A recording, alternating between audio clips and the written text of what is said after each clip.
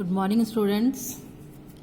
BSc part second के differential equation के unit 2 आज हम स्टार्ट करेंगे। यूनिट 2 में टॉपिक है हमारा पहला linear differential equation with constant coefficient, अचर गुणांकों वाले रैखिक अवकल समीकरण। पिछले वीडियोस में हम बात कर चुके हैं कि रैखिक अवकल समीकरण या लीनियर डिफरेंशियल इक्वेशन क्या होती है। कि रैखिक अवकल समीकरण वे समीकरण है जिनमें आश्रित चर या डिपेंडेंट वेरिएबल तथा उनके जो डेरिवेटिव्स है यानी अवकलज है केवल एक या प्रथम घात में ही आते हैं और आपस में मल्टीप्लाइड नहीं होते हैं या गुणित नहीं होते हैं, वह हमारी रैखिक अवकल समीकरण कहलाती है। और यदि हम nवें कोटि का यदि हम मान लेते हैं, हमारे जो n कोटि का जो रैखिक अवकल समीकरण का व्यापक रूप है, nवां कोटि का रैखिक अवकल समीकरण जो है हम पढ़ चुके हैं,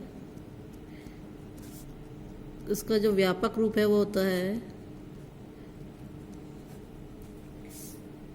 वो हमारा होता है dny upon dxn plus p1 dn minus 1y upon dxn minus 1 plus p2 dn minus 2y upon dxn minus 2 plus and so on plus P N Y is equal to Q of X. समीकरण एक से नाम दे देते हैं। तो हम यहाँ देखते हैं कि यहाँ P1, P2, Pn तथा QX या तो x के फलन है या कांस्टेंट है, ये हम बात कर चुके हैं। और P1, P2 up to Pn जो है अचर राशियाँ हैं। यदि हम इस समीकरण में ये राशियाँ अचर ले लें तो इसे अचर गुणांकों वाला रैखिक अवकल समीकरण कहते हैं। या हम कहें कि जो हमारी समीकरण है dny अपॉन dxn, यदि इसको हम a1 dn minus 1y upon dxn minus 1 plus a2 dn minus 2y upon dxn minus 2 plus and so on plus any is equal to q of x इस रूप में लिखें। समीकरण 2 नाम दे दें, इस रूप में लिखें और इसे हम इस तरीके से कह सकते हैं कि यदि y तथा इसके अवकलजों के गुणांक हमारे अचर हों तो इस प्रकार के समीकरण को हम अचर गुणांकों वाला समीकरण कहते हैं। तो ये हमारा जो है अचर गुणांकों वाला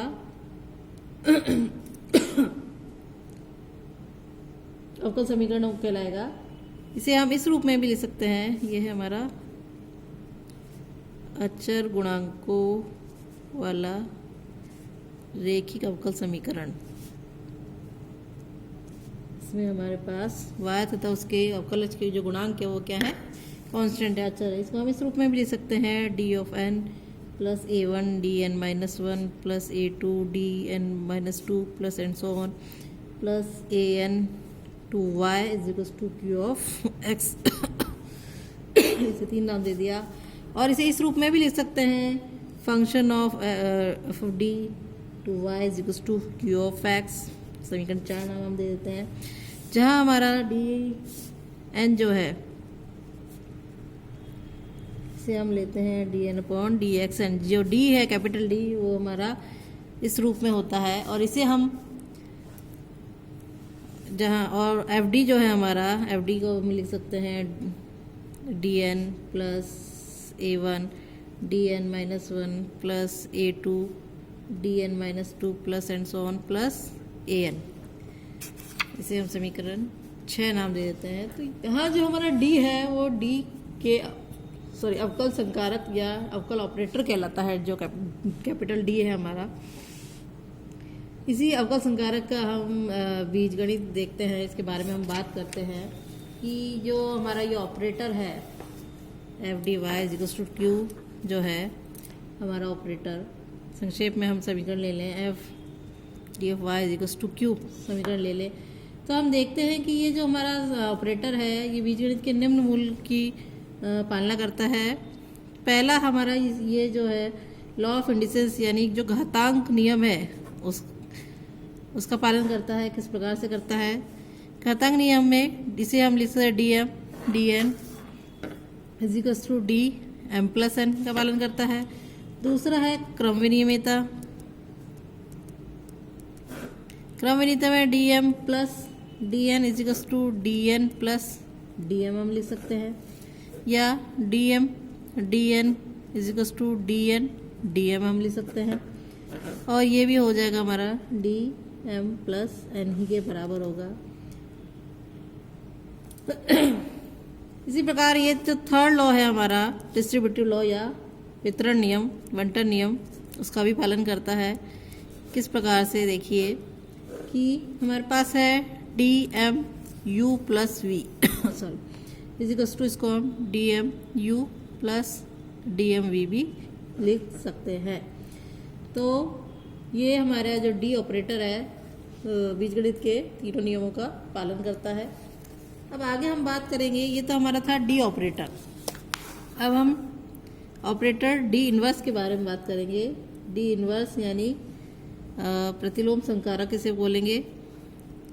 प्रतिलोम संकारक किसका? डी का। डी का प्रतिलोम संकारक कहेंगे, इसे हम डी इनवर्स से डिनोट करते हैं। अवकलन से समाकलन परस्पर हम जानते हैं ये दोनों इनवर्सली है, इनवर्स ऑपरेटर्स हैं, संक्रियाएं हैं। तथा यदि हम डी के अवकलज के लिए, डी जो है हमारा डी अवकलज के लिए प्रयुक्त होता है, तो डी इनवर्स जो है वो हमारा समाकलन के लिए प्रयुक्त होता है। ये हमें पता होना चाहिए कि डी अवकलज के लिए है तो डी इनवर्स जो है वो समाकलन के लिए प्रयुक्त होता है। इसके बाद है हम लेते हैं कि जैसे हमने इसका एक एग्जांपल भी ले लेते हैं हम। जैसे डी जो है हमारा हमने लिखा डी की power -2 of x, it means इसको सबसे पहले D inverse of D inverse x लिखेंगे। डी इनवर्स एक्स यानी एक्स का पहले से पहले वो कर लेंगे हम इंटीग्रेशन डी इनवर्स, ये इसको लिख सकते हैं जो एक्स डी एक्स, ये हो जाएगा x²/2, और फिर से इसका किया तो ये हमारा हो जाएगा x³/3 इंटू 2 यानी x³/6। तो इस प्रकार हम डी इनवर्स को 1/d लिख सकते हैं, और 1/d मीन्स इंटीग्रेशन यानी समाकलन। अब हम बात करते हैं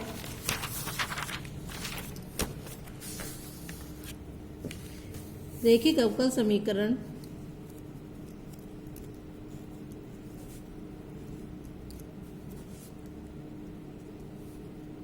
का जो व्यापक रूप है उसका हल क्या होता है। व्यापक रूप हम जानते हैं, हमारे पास जो समीकरण है वो dn plus a1 dn minus 1 plus a2 dn minus 2 plus and so on plus an y is equals to q of x रूप की है। इसे समीकरण हम एक नाम दे देते हैं, या हम इसे लिख सकते हैं f of dy is equals to q of x लिख सकते हैं। अब इसका जो हल होता है वो हमारा पूरक फलन विशिष्ट समाकलन का योग होता है। किस प्रकार से होता है हम इसमें चर्चा करते हैं कि पूरक फलन, पहले हम बात करते हैं पूरक फलन एवं विशेष समाकलन। ये क्या होते हैं, इसे हम इंग्लिश में कहें तो ये है कॉम्प्लीमेंट्री फंक्शन, कॉम्प्लीमेंट्री फंक्शन, और दूसरा है हमारा पर्टिकुलर इंटीग्रल। पहले हम पढ़ भी चुके हैं। कॉम्प्लीमेंट्री फंक्शन को हम शॉर्ट में CF और पर्टिकुलर फंक्शन को शॉर्ट में PI लिखते हैं। अब क्या होते हैं, हम जानते हैं जो हमारे अवकल समीकरण है वो FD y equals to QX रूप की है। तो समीकरण 2 में यदि हम q बराबर 0 लिखते हैं तो हमारी जो समीकरण है वो हो जाती है FD y इक्वल्स टू 0, इस रूप की हो जाती है। और समीकरण 3 का जो हल है, मान लीजिए y इक्वल्स टू y1 मान लें, तो y का मान रखने पर हम देखेंगे कि y का मान रखने पर हम देखते हैं कि y is equals to C1 Y1 इसका एक हल होगा, जहाँ C1 हमारा एक स्वेच्छ अचर है। इसी प्रकार यदि n एक घातीय स्वतंत्र है, लीनियर इंडिपेंडेंट है, तो हम y is equals to Y1, y is equals to Y2, y is equals to Y3 and so on, y is equals to yn समीकरण के हल हुए।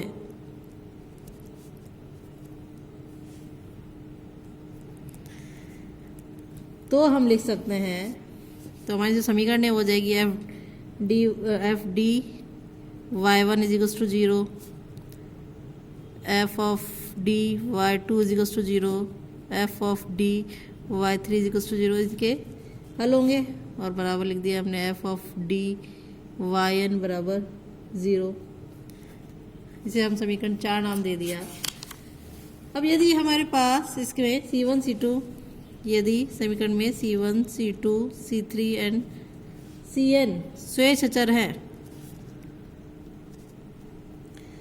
तो हमारे पास हो जाएगा C1 Y1 plus C2 Y2 plus C3 Y3 plus and so on plus Cn Yn।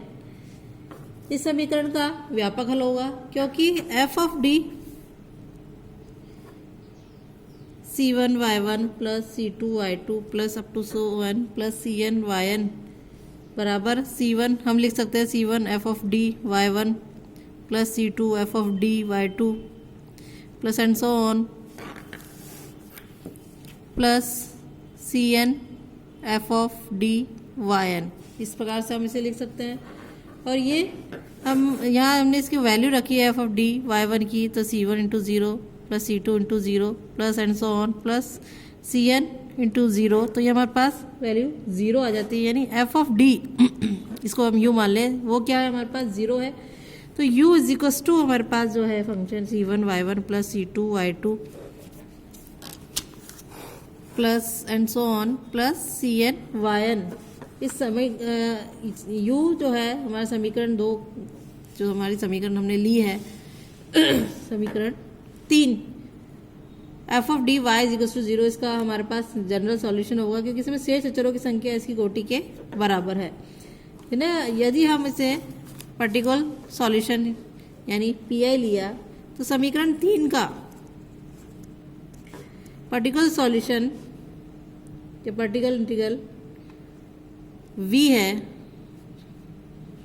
है, तो हम ले लेते हैं f of d v is equals to 0, f of d इसे हम लिखें u plus v is equals to f of d u plus f of d v, क्योंकि ये बंटन नियम का पालन करता है, इसलिए हम इस तरीके से लिख सकते हैं। तो f of d is equals to 0 है और plus f of d into v हमने ले लिया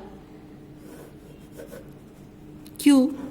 तो ये हमारा जो है इसका कंप्लीट सॉल्यूशन जो होगा, यानी जनरल सॉल्यूशन बोले या कंप्लीट सॉल्यूशन, इसे हम जनरल सॉल्यूशन कहेंगे। कंप्लीट सॉल्यूशन को जनरल सॉल्यूशन जो होगा वो हो जाएगा y is equals to C1 Y1 plus C2 Y2 plus and so on plus Cn Yn plus v। It means y is equals to u plus v जो है, या हम कहें जनरल सॉल्यूशन इक्वल टू हो जाएगा हमारे पास complementary function plus particular integral या पर्टिकुलर सॉल्यूशन। ये हमारा इस तरीके से रैखिक अवकल समीकरण का व्यापक हल होता है। तो इस प्रकार हम, यदि हमें एक सवाल आए कि हमें व्यापक हल ज्ञात करना है, तो हमें कॉम्प्लीमेंट्री फंक्शन और जनरल सॉल्यूशन दोनों निकालने पार्टिकुलर इंटीग्रल दोनों निकालने पड़ेंगे। यदि हमारा जो QX फंक्शन है यदि 0 है, तब तो हमारा सिर्फ कॉम्प्लीमेंट्री फंक्शन निकलेगा, और यदि हमारा कोई x का फलन दे दिया, QX को जो है x का फलन दे दिया, तो हमें उधर पर्टिकुलर इंटीग्रल भी निकालना पड़ेगा। तो इस यूनिट में हम इसी में के पहले टॉपिक पे में हम इसी के बारे में बात करेंगे, इसी से रिलेटेड क्वेश्चन सॉल्व करेंगे कि लीनियर डिफरेंशियल इक्वेशन जो है सॉल्व करनी है, जब अचर गुणांक हो जब कैसे सॉल्व करनी है, और जब x का फलन हो जब कैसे सॉल्व करनी है। सबसे पहले है जो हम ले लेते हैं, अच्छा गुणांकों वाली ही हम जो पढ़ रहे हैं उसके अंदर हम ले लेते हैं पूरक फलन यानी कॉम्प्लीमेंट्री फंक्शन हम कैसे ज्ञात करें। इससे पहले ले लेते हैं सहायक समीकरण, हम कैसे सॉल्यूशन निकालेंगे उसकी क्रियाविधि हम पढ़ लेते हैं, उसमें कौन कौन सी चीज़ें काम आ रही है इसके बारे में चर्चा कर लेते हैं। सहायक समीकरण, मान लीजिए हमारे जो समीकरण है वो हमने पढ़ चुके हैं, D N plus A one D one N minus one plus A two D N minus two plus and so on plus A N into Y is equals to 0 form की है हमारी अवकल समीकरण, या हम इसे लिखे F of D of Y is equals to 0 form की है। तो इसका एक जो हल है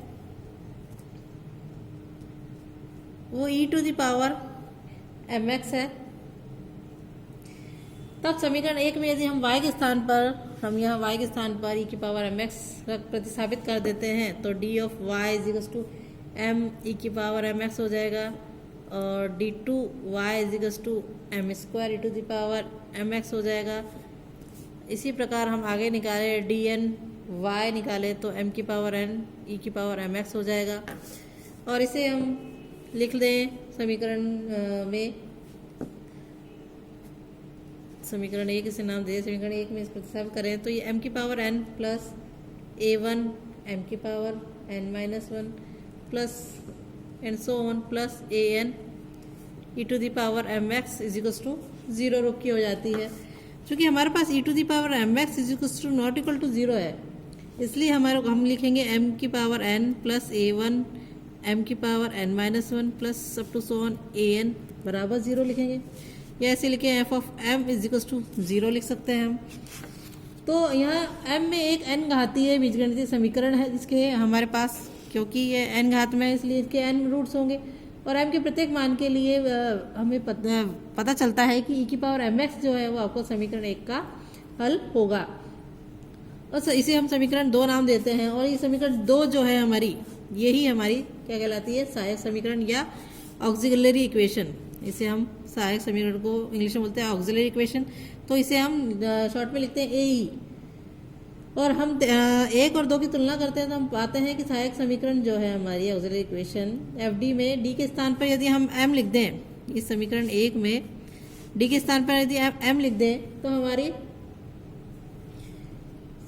उसको बराबर 0 रख दें तो हमारे पास ये जो समीकरण है एक समान हो जाती है। तो हम देखते हैं कि जो हमारे सहायक समीकरण, अब हमारी जो सहायक समीकरण है एक बीजगणितीय समीकरण है और इसमें m के मान रखने पर हमें अलग अलग वैल्यूज प्राप्त होती हैं, जितनी घात होगी उसके उतने n मूल प्राप्त होंगे। तो जब सहायक समीकरण के मूल हमारे पास 3 कंडीशन है, जब सहायक समीकरण के मूल, पहली कंडीशन है वास्तविक व भिन्न भिन्न हो, दूसरा है मूल जो है पुनरावृत हो, रिपीट हो रहे हो, तीसरा है जब सहायक समीकरण के मूल जो है कॉम्प्लेक्स हो, रूट फॉर्म में हो यानी सम्मिश्र हो, या हम कहें कि अधिकल्पित हो, अधिकल्पित वर्ड भी काम में लेते हैं हम। और फोर्थ है हमारे पास जब सहायक समीकरण के जो मूल हैं वो सम्मिश्र में हो और समान भी हो। 4 कंडीशन है हमारे पास। इन 4 कंडीशन में हम ऑक्सिलरी इक्वेशन का सॉल्यूशन कैसे निकालेंगे वो हम देखते हैं। पहली कंडीशन हम ले लेते हैं जब सहायक समीकरण के मूल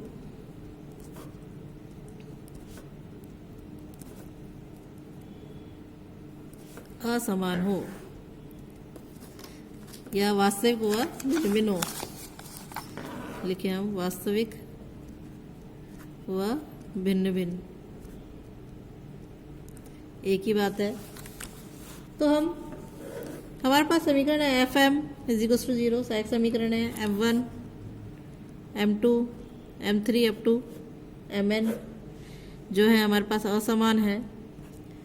तब इस स्थिति में हमारे पास जो सॉल्यूशन होएगा हो जाएगा y1 is equals to E to the power m1x, y2 is equals to E to the power m2x, Y N is equal to E to the power M N X इस रूप के होंगे, एक आध विभिन्न होंगे और एक आध स्वतंत्र होंगे। तब हमारे पास जो सॉल्यूशन है वो हो जाएगा Y is equal to C one E to the power M one X plus C two E to the power M two X plus and so on plus C N to the power M N x.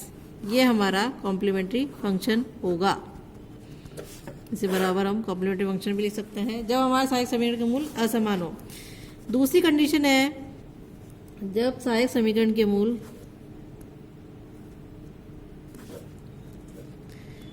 पुनरावृत हो, समान हो,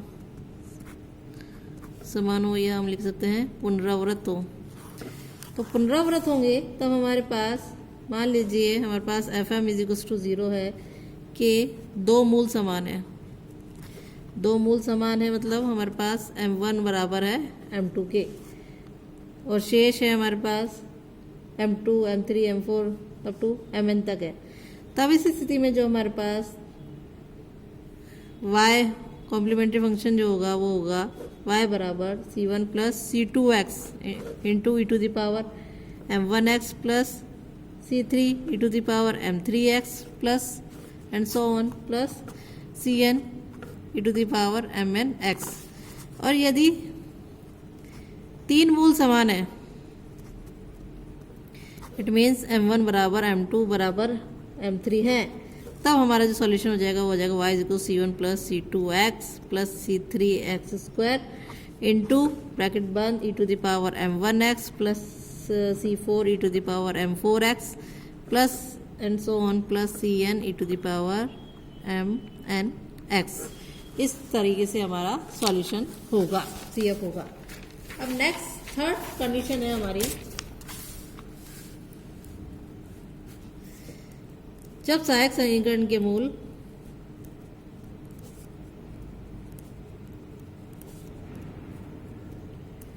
सम्मिश्र है। जब सहायक समीकरण के मूल सम्मिश्र है तो मान लीजिए माना दो मूल सम्मिश्र हैं वो क्या है alpha plus minus iota beta है, संगत समीकरण है। तब हमारे पास सॉल्यूशन हो जाएगा y is equal to C one E to the power alpha plus iota beta into x plus C two into E to the power alpha minus iota beta into x.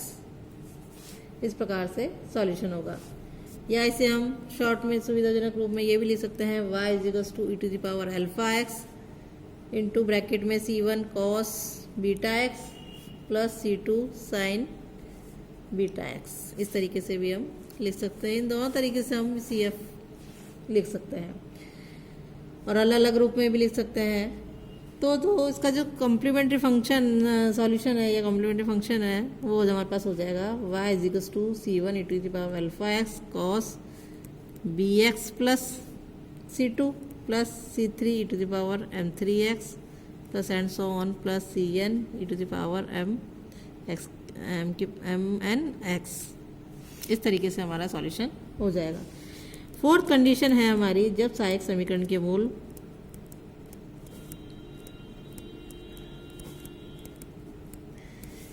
सम्मिश्र भी है और समान है। तब हमारे पास अल्फा प्लस जो मूल है माना मूल जो है alpha plus minus iota beta है वो दो बार आ रहे हैं रिपीट हो रहा है। तब जो इसका सॉल्यूशन हो जाएगा वो हो जाएगा y is equal to c1 plus c2x into E to the power alpha plus iota beta into x plus c3 plus c4 into x और e to the power alpha minus iota beta into x. इस रूप के होंगे। या ऐसे हम सरल रूप में इस तरीके से भी ले सकते हैं y is equal to E to the power alpha X bracket में c1 plus c2x into cos of beta X plus c3 plus c4x into sine of beta X. इस तरीके से हम इसको लिख सकते हैं। या पूरा कंप्लीट सॉल्यूशन जो लिखेंगे वो इस तरीके से लिख सकते हैं y is equal to the power alpha X bracket में c1 प्लस c2x ये तो दो के लिए था c2x और सबके लिए हो जाएगा cos of beta X plus C3 plus C4 into X sine of beta x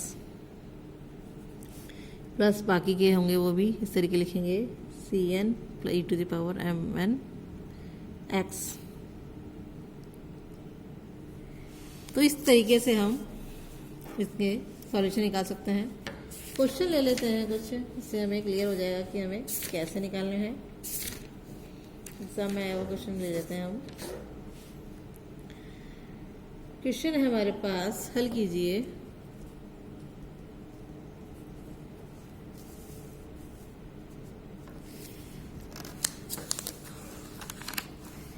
question है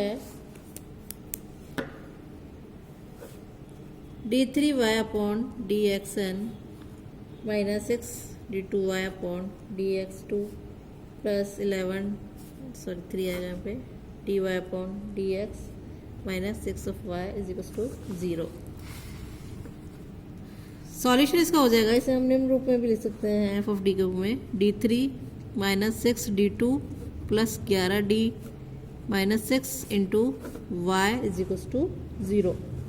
इसकी ऑक्सिलरी इक्वेशन है वो हमारे पास हो जाएगी m³ माइनस 6m² d की जगह क्या प्रतिस्थापित करना है, हमें m प्रतिस्थापित करना है, plus 11m minus 6 equal to 0 रखना है। तो हमारे पास इसके सॉल्यूशन हो जाएंगे m-1 फैक्टर हो जाएंगे m-2 और m-3 इज इक्वल टू 0। तो m की वैल्यू होगी 1, 2 और 3। तीनों मूल भिन्न भिन्न है, इसलिए इसके जो जनरल सॉल्यूशन है वो हो जाएगा हमारे पास y is equal to C1 e⁻x plus C2 into e⁻2x और ये हो जाएगा C3 e⁻3x। तो जब मूल भिन्न भिन्न हो, वास्तविक हो, तो हम इस प्रकार से हल कर सकते हैं। आज के लिए इतना ही, धन्यवाद।